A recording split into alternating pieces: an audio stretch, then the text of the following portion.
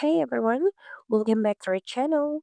In this video, I will be showing you how to sign in YouTube TV.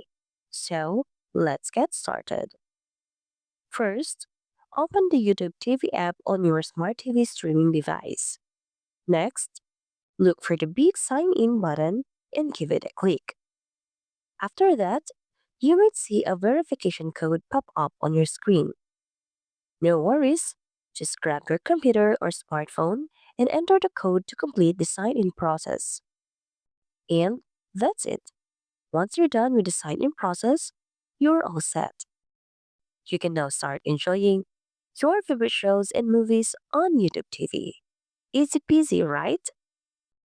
If you found this video helpful, please like and share, and don't forget to subscribe for more videos.